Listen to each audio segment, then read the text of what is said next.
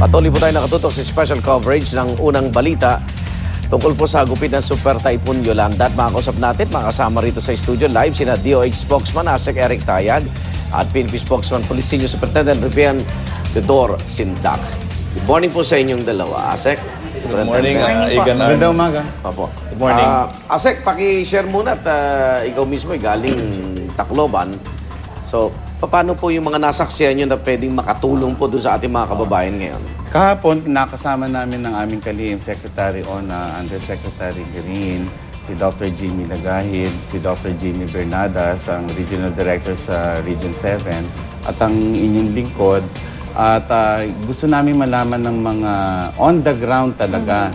Sapagkat wala naman kami natatanggap na report down ng komunikasyon. Wala, Nagdala kami ng satellite phone para habang kinukumpuni ng mga telecom natin, yung aming mga kinatawan naman doon ay makapag-report sa amin kahit papano. Yes. Hindi ko maisalaysay, hindi ko maisulat yung mga nakita ko ron. Subalit, ang masasabi ko lamang po ron ay everything is in chaos. Kasi nasa survival mode po yung mga tao ngayon doon. Naisip ko, it will take some time bago maging normal lahat. Para sa akin, the one thing that really matters most doon ay maibalik agad yung kanilang dignidad. Sapagkat ang nangyayari nga, yung kukunting pagkain, nag-aagawan pa sila. Yes. Nangangamba sila sa security nila. So, kung titingnan natin, palagay ko parang isang military occupation ang kailangan doon para mapanumbalik kaagad ang seguridad sa lugar pong. Pero asa kasi ang talagang concern right now, di ba, yung mga nababalitaan natin na ang daming sugatan, na hindi ho nabibigyan ng lunas, na tugunan na ho ba yun? Maraming sugatan. Nakapagdala kami kagad ng anti-tetanus vaccine. Sinagapan namin yan. Kasi walang tubig na pwedeng, di ba, nagbibigay kami na hugasan yung sugat nyo. Wala silang panghuhugas yun. At hindi nila panghuhugas yun kasi mas iinumin nila yun. So, nasa sitwasyon tayo na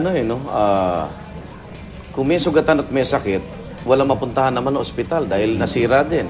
O yung mga doktor kung mismo? may mga krimen naman, wala na rin mga police Tama station. yan, Iga. Pati mga puliso ay biktima rin. So talagang walang kaayusan.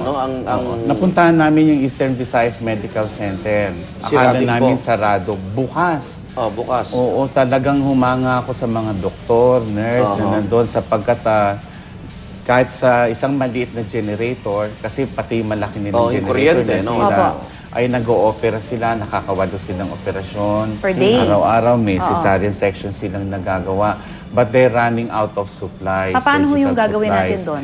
Pinarating na namin kasi inagapan na namin. At yung natuwa kami sapagkat biglang dumating yung 113 5-man team sa lalawigan ng Albay. Kompleto sila ng provisions.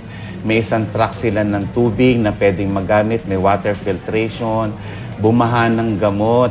Pero maliban dito, marami pang kailangan ng mga kababayan natin sa Tacloban. May mga casualties din ho ba mga doktor na nabalitaan kayo? We haven't accounted for everyone.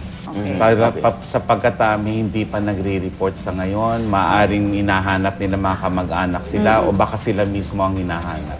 Kay Superintendent Sindak tayo, nabanggit ko na rin yan na may mga ilang pulis tayo, Connie, na biktima rin ng bagyong Yolanda. Tapos ang Pangulo kahapon nagsabi na kukuha na sila ng ibang pwersa mula po sa labas ng mga napinsalang lugar at doon natutulong. Ano ho sitwasyon ng mga pulis muna natin doon, yung mga local na natin na superintendent at mga ilan pong tao naman ang ipararating natin para suportahan din sila? Well, unang-una sa lahat, alam niyo naman na unang napunta na doon si Secretary Marrojas even before the typhoon came. At after all this, nakita natin na talagang malubha at matindi ang pinsala na dinulot ng bagyo kahit sa sarili natin mga kapulisan, yung mga local police doon. Kaya hindi na sila makarespond sa peace and order concerns, sa relief and rescue, although sila sana ang inaasahan natin. Marami pa rin sa kanila ang nagsikap na tugunan ito. Subalit sa kutusan na rin ni DILG Secretary Marrojas at siyang ini-implement ngayon, ini-enforce ni Chief PNP Police Director General Alan Purisima po na nandun sa lugar at nagpadala na po sila ng iba't ibang puwersa, mostly from the Special Action Force. Okay. 466 na po ang total pong puwersa na in-insert. Nandun na ho sila? Nandun na po sila. There are about 169 staff, Special Action Force in Tacloban. We also have some from NCRPO, 128 po yun. At from Pro 13, nagpadala din sila ng 19. Alam nyo, ang Cebu na dinaan na rin ng bagyo, nakuha pang magpadala ng 66 na katao. Na pulis. Na pulis po, nagpadala naman sila sa Ormoc. They ferried them by boat.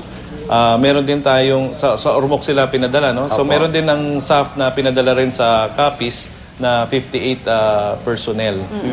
Bukod pa dito, from the national headquarters, may pinadala tayo from the health service para tumulong din sa mga health needs ng mga tao doon, ng mga 17, kasama doon ang 4 na doktor.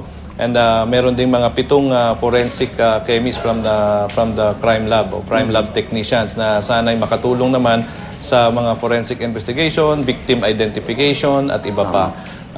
Yung aming COMEL po, nagpadala naman ng 2 katao para tumulong sa pag-restore ng communication. Okay. Ang nakita nating problema, communication talaga eh. Opo. Pero punta naman tayo dun sa looting, ano po, no? So, paano ito haharapin? Gayong sabi nga ni Asek, nasa survival mode tayo. So, yung ilan din dun hindi na rin ho napapakinggan. Yung mga gwardiya, no? Pero paano natin po proteksyonan yung mga establishmentong ito? Opo, sinimulan na po sa pagdating po ng Special Action Force ang pag-occupy ng mga commercial establishments doon na pinapabantayan na po.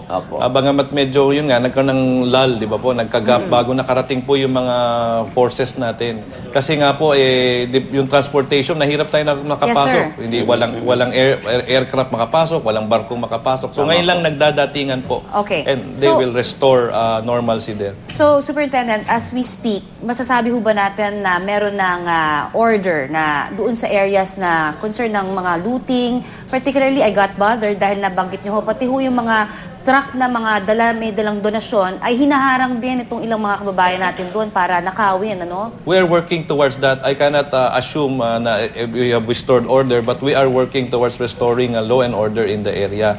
At nananawagan nga po kami kasi sa mga eager na mga kababayan natin na gustong tumulong ay wag sana silang dumiretso. Doon nagkakaproblema pag walang koordinasyon. Magkaroon sana ng koordinasyon, at least with the local government units. Kasi ang police forces po, naka-coordinate din sa local government units. Doon tayo magkaisa.